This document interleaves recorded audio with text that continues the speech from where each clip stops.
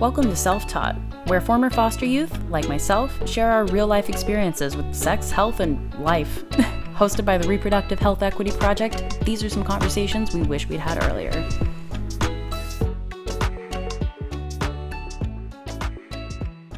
Hey everyone, I'm Kat, and I'm serving on Reproductive Health Equity Project. That's REP's Youth Advisory Board. We just call it YAB for short. And we're going to talk a little bit about our experiences and what REP has been up to and how we're bringing them together to make a beautiful thing. And I'm also working alongside my friend Phillisha.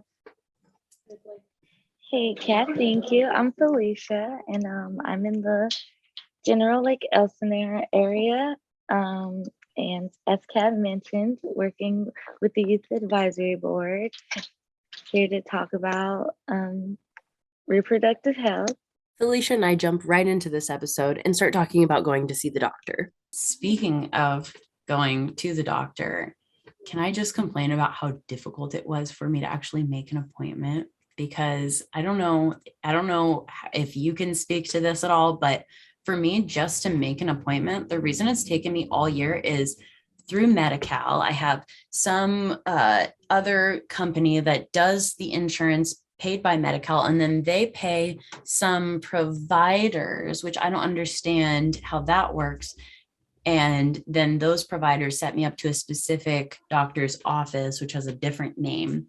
So I don't understand how any of this works, but all I know is that I'm supposed to call this phone number. And every time I call it, for the last 2 years, this has been going on. You call the phone number and it would ring, and then it'll just hang up on you. And then I finally started going in to whatever I could find and being like, hey, your phone number doesn't work. And they're like, yeah, we know we can't do anything about it because, we're just the people at the bottom. So now it'll ring, and then I'll go press 1 if you want to be put on a callback list. And so you press 1 and you never get a phone call back. And it cycles back. Yes. One of the reasons I joined REP was because growing up in foster care, there was no one taught me how to do this, how to make an appointment or how to even just get to the doctor's office, which one I had to go to, what type of insurance they take, and discovering the different types like that. So now being able to explain and figure out more of that, it's still hard, but it's just I'm able to help other people figure it out easier. And with COVID, a lot of places have just been oh, there's gonna be a delay. And it's is there really a delay though? Or are you just using it? And so I haven't had to schedule for an appointment recently. Thank goodness online is just kind of go straight into there, into the appointment system and stuff. But finding a doctor is pretty intense. Yeah, it's hard to find a good one too. Even if you can get to one, you want one that feels the same way you do, because cares. Yeah. It's I feel like medicine is more art than science almost, because there's so many ways of interpreting stuff. I've had multiple doctors tell me contradicting things. So it's it definitely takes a lot of... I need a second opinion, or maybe I need a third. Gotcha. Yeah. And what's weird is the doctors that should be, so my roommate, poor guy, he fell off a 2-story roof, and we had to do the same thing to get him a doctor's appointment. And it's been the same runaround. He gets really great insurance that should be paying them a ton to do a great job. But I actually had way better experiences with Planned Parenthood that doesn't necessarily get that kind of funding. And I feel maybe that's why, because they're not in it for the money or something, or it doesn't make a difference to their paycheck. I'm not completely sure about how it works for them, but I've had good experiences with Planned Parenthood rather than I've been to a doctor that was okay, do you have insurance, or are you gonna pay cash?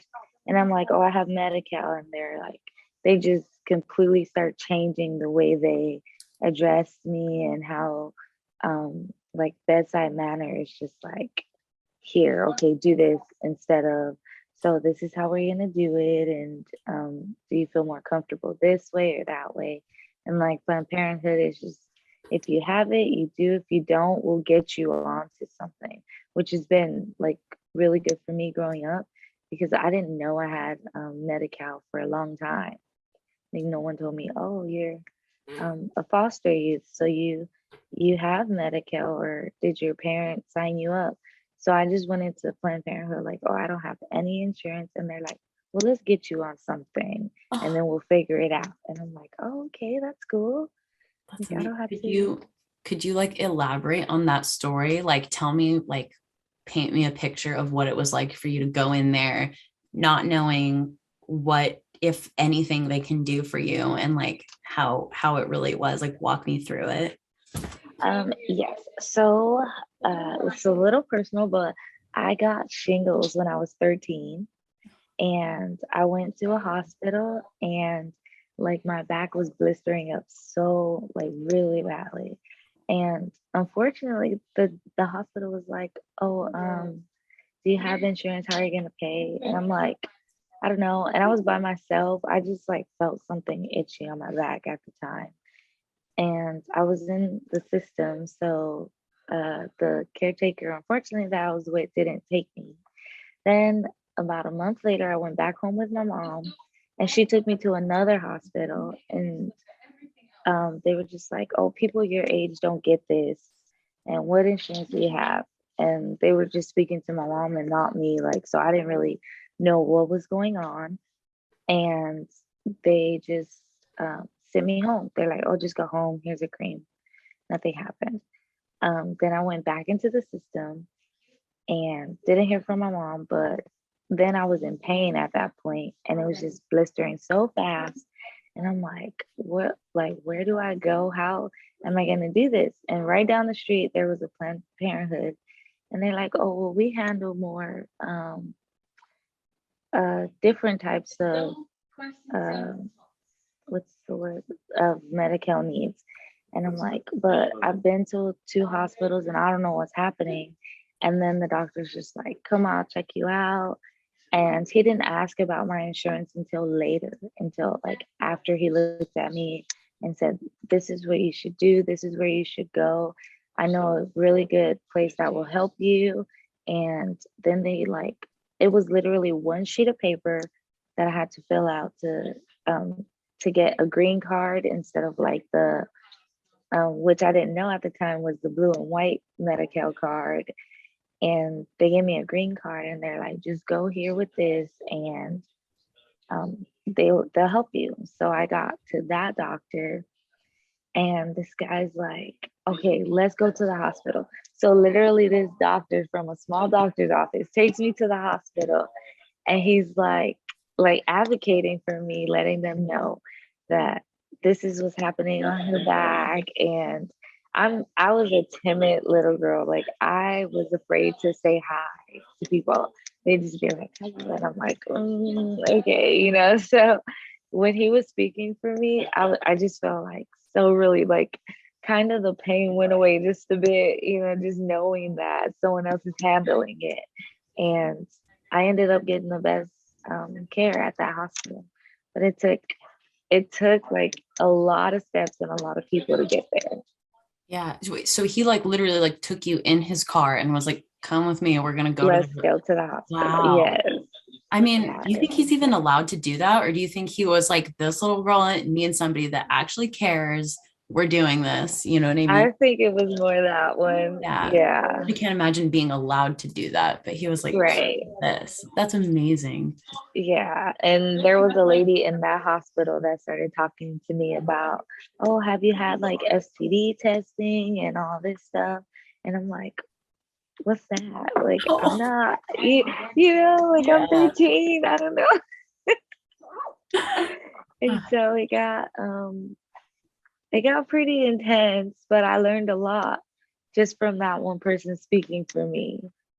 So Yeah, that's fantastic. It's so good to have.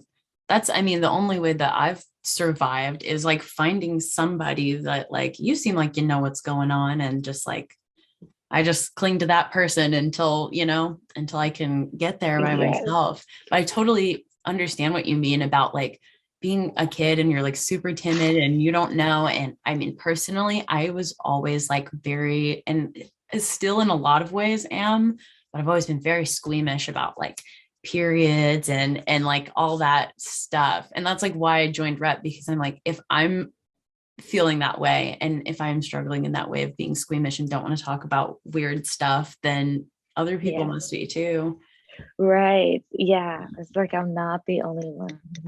So do you have any experiences of like learning about reproductive and sexual health?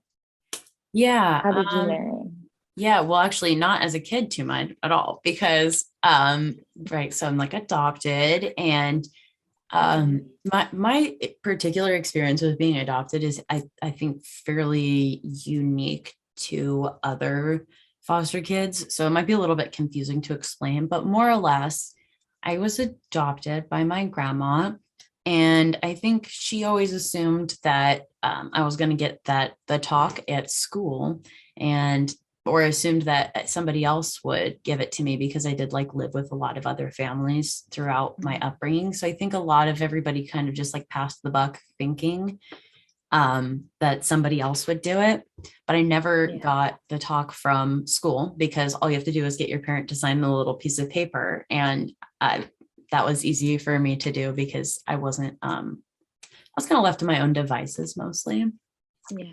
So, I mean, it was really easy for me to be like, no, I don't want to talk about that. And, then I never had to. Little did I know. Yeah. So then I remember like, this was just a couple of years ago. My body has always like reacted really overly. You think you're going to get too personal. Let me get personal. My body's always like really reacted terribly to any kind of like birth control. And so I was seeing a new boy, and I started this new, I think I tried the Nuva ring was the best for me, because I don't have to forget about it, or, you know what I mean? I don't have to, oh, I forgot my pill one day or something like that. So I was doing the Nuva ring, and like my body had this weird reaction to it that I guess was normal, but to me it was terrifying. I like looked in the toilet and I was like, oh my God, does that brain matter? Like it was gross. Oh, wow. And it scared me, because I had no idea. Like it was like, oh, that's more than blood. Like that's like something. And I was terrified. And I went to Planned Parenthood, and they were so nice about being like, no, that's actually pretty normal. And they like explained that like, once a month your uterine wall or whatever. And I mean, like, I didn't even know that, because it had never happened before. And yeah, so I was really grateful for them. I would complain that I wish that they had more resources available to them, because the last time that I went to go to them for birth control, I think I done a whole bunch of research, and I don't know if have you heard of the copper IUD? No. Since I react so badly to everything that's hormonal, and like, girl, I'm emotional enough. I don't need anything to mess with my hormones. With the hormones, yeah. So I was like, okay, copper IUD. It's like the little T thing that goes, and it works for like 12 years, and there's no hormones involved. And I was like, this is amazing. Why doesn't everyone do this? As it turns out, it's like super duper painful, and I'm super duper squeamish. Yeah. So I did what I always do, and I researched on Reddit, because who am I going to ask? So I asked the internet about this stuff, and I basically, what I discovered was the difference is some people get it and they're like, I went for a bike ride right afterwards. It was fine. And some people are like, I was out for 2 days. It was the most painful experience of my life. And the difference, I think, is you need to ask for this special kind of like numbing jelly.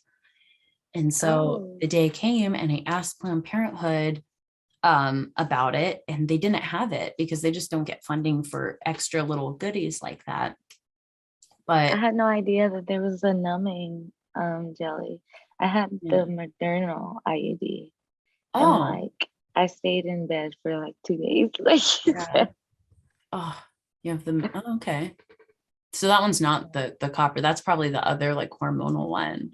So no, it stays away from the hormones, thank goodness. Oh, Like okay. yes, but it's only for about 6 years. 6 years. Yeah. That's pretty darn good. And I mean, not fun to be out for 2 days though, but Yeah. Yeah. So good. like, yeah. Yeah. I But was there's a jelly though. So how did you learn about the jelly? Just read it. read it. Yeah. Okay. When I'm nervous, I just research and prepare. And that's what I did. And I was like, okay, jelly.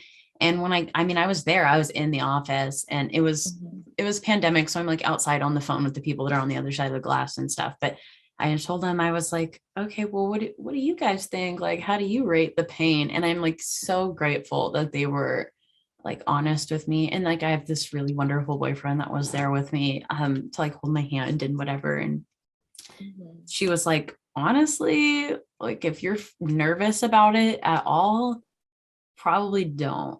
Cause I mean, I have a very strong pain tolerance. Like I have a wicked good pain tolerance, but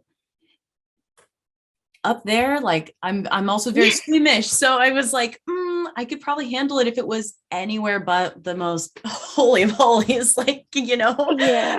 So so yeah, I ultimately was like, okay, I'm gonna pass. But I was so thankful to them. I think I even like donated some money to them because I was like, it sucks that to think that they might get like more or less punished, right? Like you're losing money by telling people the truth. But that girl was like, I literally fainted and I don't want you to do that to yourself. And like I got trauma, which is very common, I think, for foster youth, that I was like, I'm not trying to like re-traumatize myself in Go any through more. way. Yes. Yeah.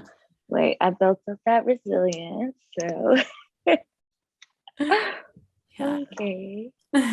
How did you get the talk?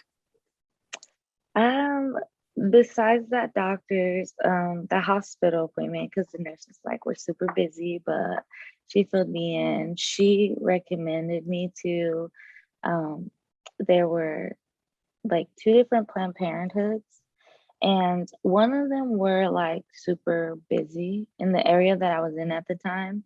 And then I moved around a lot. So it was like, okay, are they all called Planned Parenthood? Which is something I had to figure out. Oh, It seems like you would know that like the place is covered, but I had no idea if they were all that named Planned Parenthood or if I had to like if it was like Dr. Gill or something like that, for example. So at the time I did not have a phone. So I would go to the library a lot and um I think I just kind of like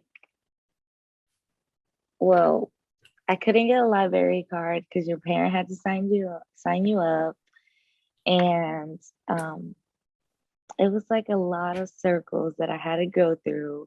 And then eventually, I asked my big brother if he could help me, and he's like, "I got you." So he got me a library card, and then I just started getting online. And then first thing I looked up was Planned Parenthood, and I went to a few of them because it was like I would meet someone there, but then I'd be too nervous to go back or to ask about something, or I'd have questions in my head, but I didn't know how to ask them. So I finally went to one of them, and they were like, "Have you had this checkup, like your womanly checkup?" And I'm like, "No, what's that? Why?" And then it was always nice that they just like, okay, let's go over it. And is there anything that you didn't understand? And so that helps me a lot. But I would say I didn't really have like a sit down and let's go through everything. I learned it bits and pieces, which is like why I something I love about rep is like the um what's it called? The like the classes that they put together that the youth the can teen take. talk. Is that Yes, like yeah, that's what I was thinking of yeah, it too. was beautiful because it went through everything and it wasn't like I wasn't left with any questions even after just trying it out, trialing it for people. I was I was like more informed than when I left. And I'm like, oh, okay. And even though I was giving insight, I'm like, oh, well, I just learned this. So let me teach it to my sibling because that's something that I wish I learned when I was younger. So that's something that was super cool. But I didn't have like it in one sitting. It was more like, oh, that goes with that. And oh, I need to do this once a year. Like, it's like, do I want to do that once a year? Yeah, I didn't even learn like what a clitoris was until I was like 20 years old, I swear. I mean, like I heard of it, but I was like, oh, that's where it is in my like in some women's rights class too, which is like, I get it, that's a woman, but yeah. Yeah. I was like, oh my gosh. And all my friends were like, oh my. Yeah. Yeah, I get asked a lot, like, did you take a bio class in high school? And I'm like, I didn't get that far in high school. I had to put myself back through high school when I was 18. So no. And they're like, did you take a health class? And I'm like, no. And I literally learned about my period when I was 8 years old because I had it in class. And then there's just like, you don't know about this? And I'm like, no. When you were I thought 8? I was dying. Yes. Oh, you poor thing. I'm in class and it's math class too. So I'm already stressed about the math. I'm a literature person, so I'm like, oh my gosh, I have to do these timetables. And then there's just blood everywhere. And I'm like, what's happening right now? And I like growing up, I was in the hood at the time, as you would see. So it was like super scary. I'm like, did someone shoot me? Or did something just happen to me that I don't know? And then the cramps hit. And I'm like, what is this? So I'm literally thinking that I'm dying and I'm stuck because I'm in front of everyone. And the teacher's like, let's get you to the nurse. And I'm like, how is she gonna help me? She just gives band-aids. Like it was terrible. Oh. Then that's how I learned about my period. So like imagine being in foster care at any age. You don't know what age you're gonna start. I started young. But it's like if they just had like some course I could take or like a growing up um course that would have been super helpful because like at 8 years old, I had no idea that I'd be in the system, let alone be starting my period. So it's like, but it was intense. Yeah. Yeah, wow, that is a brutal like way to come into Yeah. it. And I'm so sorry. Oh man, you Okay. told that story so vividly. I felt like I was like there. Oh, wow. Yeah, no, like yeah, what I liked about the teen talk, I'm glad you brought it up because it was totally on my mind too. And I love that it's like online too, because like for someone like me, or maybe like you, that's like very like timid and like feels weird about talking about those things or asking. It's easier to go get a computer and like go do stuff. You know what I mean? Like go figure it out on your own. I feel like something that worries me, like I've spent some years like working in childcare and stuff. And so like being on both ends of like being a kid and then like watching what other kids are like growing through, seeing kids like always having access to computers, like I can only imagine how many kids are learning through like porn and stuff. So like it'd be so nice and ideal if everyone had like some websites to balance it out, to be like, here, if you want like actual information. And I think they even talk about that in Teen Talk about, you know, what you're actually getting when you're looking at porn. Like that's not really what life is like. Like that's Yes. obviously dramatization. Right. Yeah, gosh. Yeah, you can definitely like use your imagination, but that is not what it is. Yes. Yeah. Gosh, I was gonna ask you if there were any like fun myths that you believed as a kid, but my gosh, it sounds like you got, you know what I mean? It seems like you start learning young. It was pretty any myths. I would say a myth that I believed was, you know what? I don't have one. I thought I did, but no, a lot of things just kind of hit me hard for some reason. And it wasn't, um, it was like, I can't believe this is happening type things. And so, yeah, I can't really say that they're a miss because you don't expect to start your period that young, or you don't expect to like you look for love in the wrong places when you go through certain things, and then your body reacts differently, and you're just trying to figure it out. So, what about yourself? Do you have any myths?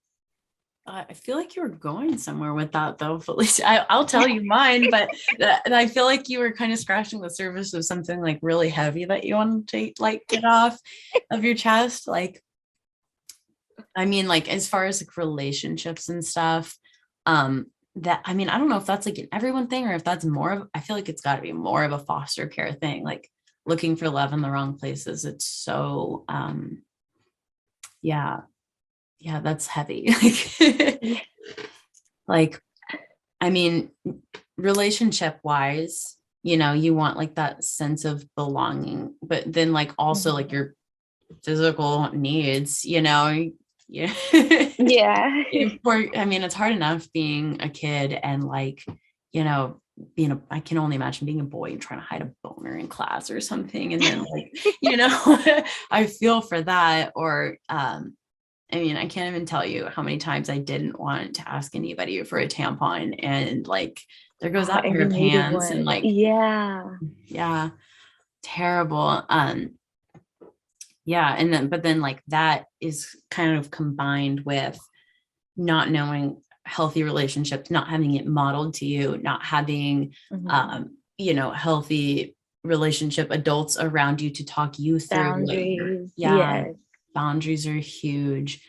Um, yeah, I feel like there's a lot to unpack there. And I also think that part of that, like looking for that acceptance, I also feel like people don't tell you, but it puts like a huge target on your back for like any kind of like predator. Like I'm talking like abusive Oh, relationship or anything. It's, you know, so yeah. I like that Health Connected kind of like the Teen Talk program by them kind of talks about healthy relationships and power dynamics. And I think that's becoming more accepted as part of it. But Mhm. yeah. Yeah, because I would totally say that it's like, especially when I was like 16, me wanting I'm like, okay, when I have my family, it's going to be differently. Or with my siblings, it's not going to be like this. And when someone would just be like, oh, I like you and I love you. And then like you decide to give yourself to that person, you just kind of believe everything that they tell you and you want it so badly, but you don't know red flags. You don't see that. And so like one of the things that I live today, I'm like people who are like, oh, I love you. I'm like, I don't throw that word around. So it takes me a long time like to be like, I love you. And if someone says it to me, I instantly kind of back off, like, and I distance myself. And like with my oldest brother, we're like 2 years apart, and I do love him, and I know he loves me. We grew up in the system together, but when he turned about 15 and I was 13, 12, we got separated. And so when we got back together around, he was probably like 17, and I'm 15, and I'm like, he's all like, oh my gosh, I miss my little sister, I love you, where you been? And I'm all like, dude, you don't know who I've been the last few years. How can you still love me? Like, and but it was the things that I've been through that made me like that. And he's like, I'm your brother though. And I'm like, yeah, but you're still a person, which kind of had me um just unaware of different relationships and how it goes. And he's like, okay, I'm not the boyfriend that you were just talking to. I'm your brother. You can tell me you love me. And then like when we would text, he'd be like, if you don't, his thing was, if you don't put I love you and spell it out the right way, then it's not real. And I'm like, what? But I'm telling you, I love you. But he really, like, he would be so upset if you didn't spell it out and put it the right way. And I'm just like, for me, it's like the LUV, the quick text thing. And he's like, you can't take the time to text me. So we both had our different like ways of expressing it and taking it in. So definitely like, Do you think that you no, like writing it in short though? Like that is your way of kind of, you are still kind of, you know what I'm shutting it saying? off. I get what he's saying. I'm not trying to put you Oh on my blast, God. but I am. I totally agree with it now. Yeah. Like my sister's 14, and if she gets out the car for school and she's like, you too. I'm like, I love you, have a good day. She's like, you too. I'm like, no, tell me you love me. Yeah, so it's I was still kind of shutting myself off. Like now you catching that to that. Yeah. But I learned, like so now he tells me we're like older and he's like, I love you, sis. And I'm like, oh, thank you, bro. And he's like, well, you don't love me. I'm like, I love you too. Like, give me time to reply. Yes. But it definitely like I knew he was my brother, but just going through things differently than he did, like I don't know what he went through throughout those years that we were separated. Um, Learning about different relationships and red flags of those relationships would have been super helpful, like me growing up, because I felt like I had to grow up kind of fast, and not having that guidance. Yeah, I was gonna say the growing up fast. I mean, that's a foster kid thing for sure. Like for sure, Yes, for sure. I have to be And strong. it's, you grow up fast and then you kind of, there are these gaps that you don't even know that you have these gaps that Mm-hmm. and but then you're already past them because you've grown up, if that makes sense. You have like this not great foundation, and it's not great. Yeah, it's intense. um But okay. overall, I would say I grew up to be like a pretty resilient, um, irresponsible as much as I can be. Sometimes to have my young like, like, oh, let me try this now. But um, I feel like with where I am now, I've definitely had some good influences in reproductive health, my sexual health, just even though I didn't learn it at the times I should have, especially now that I'm older and I know, I'm able to show my siblings how I would have wanted it to been taught to me. So that's like been pretty nice.